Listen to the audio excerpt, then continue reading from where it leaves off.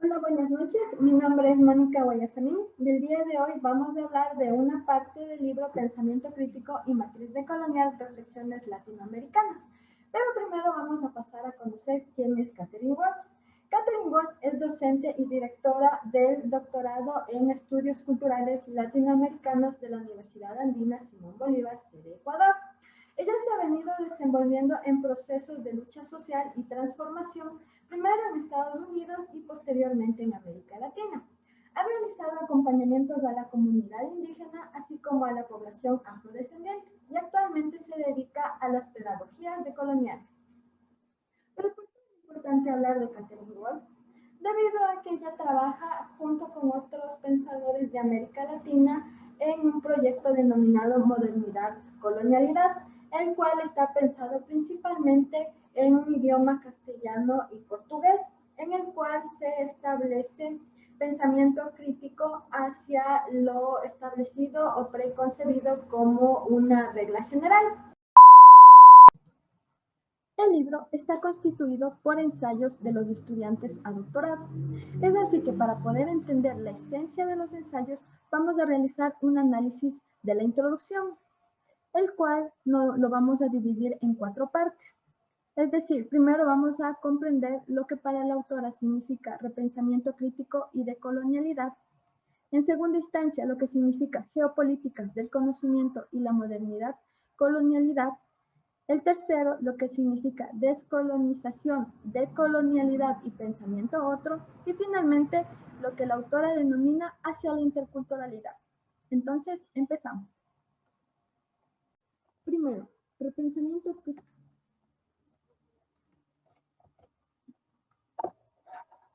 Primero, repensamiento crítico y decolonialidad.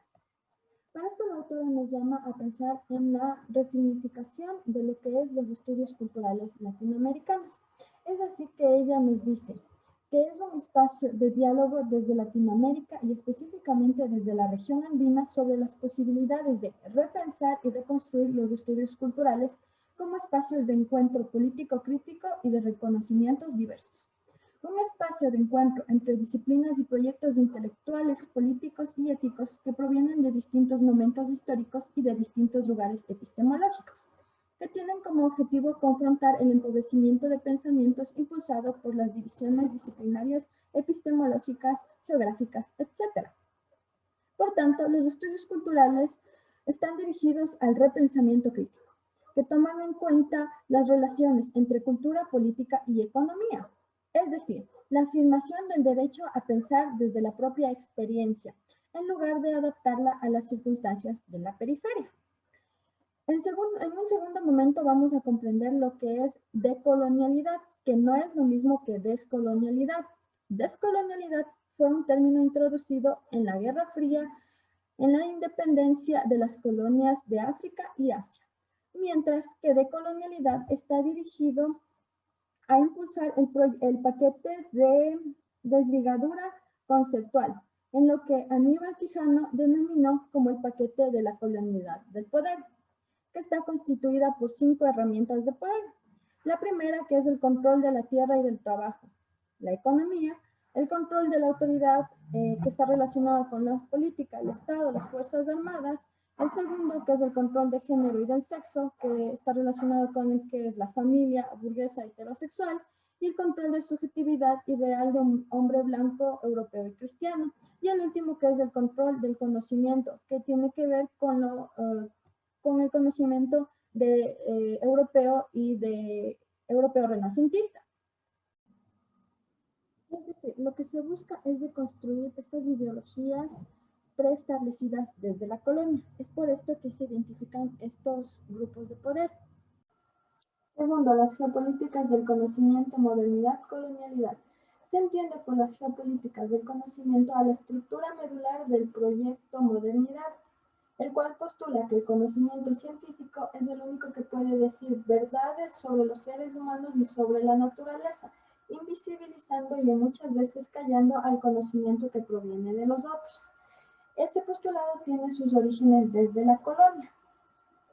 La modernidad se debe entender especialmente en América Latina desde los legados que ha dejado la época colonial, y a la postulación de las diferencias étnico-raciales que han sido instauradas por el poder moderno colonial producido en esta parte del mundo. En un artículo escrito por Arturo Escobar sobre el proyecto, hace una distinción entre el tratamiento de la modernidad como perspectiva planetaria que tiene como dimensión necesaria la dominación de otros fuera del centro europeo. La modernidad tiene sus inicios en el siglo XVII en Francia, Inglaterra y Alemania y se consolida en el siglo XVIII tras la Revolución Industrial. La idea principal de esta es que las sociedades y culturas del mundo son una representación de la historia y cultura europea. La modernidad está en todos lados al mismo tiempo y es un hecho ineludible. Por tanto, esta se va a convertir en un hecho social, que nos dice que las conductas e ideas de la sociedad van a ser transmitidas de generación en generación sin respetar si se quiere o no se quiere estos comportamientos e ideas. La globalización, a su vez, lo que ha hecho ha sido catapultar y universalizar la modernidad, considerando que no existe un afuera, sino que todos estamos dentro. Nelson Maldonado nos dice que la colonialidad del ser es una fuerza que ha negado históricamente a ciertos grupos, específicamente a los afrodescendientes y en menos medidas a los indígenas, el estatus de gente.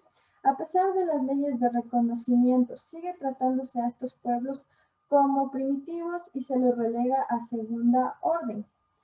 La descolonización implica partir de la deshumanización del sentido de no existencia presente en la colonialidad del poder, del saber y del ser, para considerar las luchas de los pueblos históricamente subalternizados por existir en la vida cotidiana, pero también sus luchas de construir modos de vivir y de poder saber y ser distintos. Es así que los pueblos indígenas y afrodescendientes, el pensamiento y el posicionamiento del otro les ha permitido posicionarse. La decolonialidad, por tanto, encuentra su razón en los esfuerzos de confrontar desde lo propio y desde lógicas otras y pensamientos otros a la deshumanización, el racismo y a la radicalización, la negación y la destrucción de los campos otros del saber. Su meta no es la incorporación o la superación, sino la reconstrucción radical de los seres, del poder y del saber. Cuarto, hacia la interculturalidad. La interculturalidad tiene un rol central en los procesos de descolonización. La interculturalidad no es abstracta, sino, como dice la CONAIE, un principio ideológico que ha guiado su pensamiento y acciones en los ámbitos sociales y políticos a lo largo de sus luchas. Es así que el concepto de interculturalidad es central para la reconstrucción de un pensamiento crítico otro, un pensamiento crítico de y desde otro modo precisamente por tres razones. La primera porque está concebido y pensado desde la experiencia vivida de la colonialidad, es decir, desde el movimiento indígena. La segunda porque refleja un pensamiento no basado en los legados eurocéntricos o de modernidad. Y el tercero, que tiene su origen en el sur, dando una vuelta a la geopolítica dominante del conocimiento que ha tenido su centro en el norte global. Para Walsh, la idea de interculturalidad es el cuestionamiento y la transformación de la colonialidad del saber y del ser, siempre consciente de que estas relaciones de poder van a estar presentes. Es por esto que ella no plantea una sociedad ideal, sino plantea espacios de reconstrucción a partir del diálogo. Es así que Mingolo postula el pensamiento fronterizo como el producto de los intentos desde la subalternalidad y desde las fronteras o intersitios de dos lógicas de pensamiento, la dominante y la subalterna, de hacer visibles otras lógicas de pensar diferentes a la lógica eurocéntrica y dominante, poniendo en ellas el diálogo y o disputas con la dominante, y en este sentido poniendo en cuestión su hegemonía como una perspectiva de conocimiento. Al respecto, Mingolo lo que plantea es que se debe tener siempre en consideración estas estructuras de poder, pero plantea que se haga un hueco en el sistema, es decir, que se trabaje desde dentro, a diferencia de lo que plantea Walsh, que ella plantea que se debe realizar un trabajo desde dentro. Para concluir, es necesario que nosotros abramos nuestros espacios de análisis y de construcción del pensamiento. Pues como vimos en la presente exposición, los conocimientos que mantenemos hasta la actualidad son desde un proyecto hegemónico que ha logrado mantenerse desde la colonia. Por tanto, es necesario visibilizar a los otros y crear conocimientos a partir de la interacción de las personas y de los pueblos históricamente olvidados.